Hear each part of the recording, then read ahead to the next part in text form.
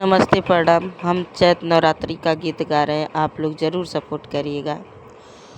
होते बोर हरिया मैया अपनी चौरिया हो मयरिया हमारी ना, जो है मालिनी डगरिया हो मयरिया हमारी ना, जो है मालिनी डगरिया हो मयरिया हमारी ना।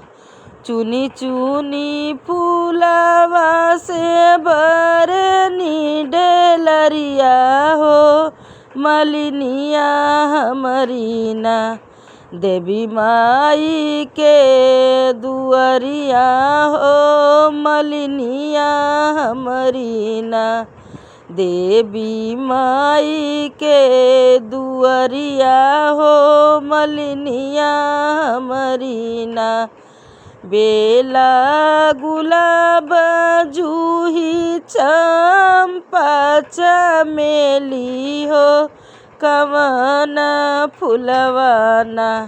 गुथी माला में मयरिया हो कवन फुलवाना। गुथी माला में मयरिया हो कवन फुलवाना। उलटी पलटी मैया खोजनी डेलरिया हो कहाँ रे बाटे ना।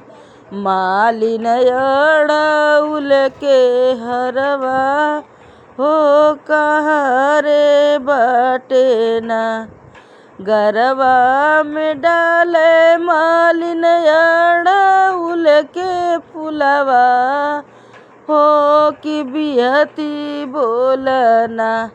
मैया जानी हम ही मरइनिया हो कि बिहसी बोलना। तब मूसिकाई मैया बोलली मलिनिया हो कि जनमे जुगे ना।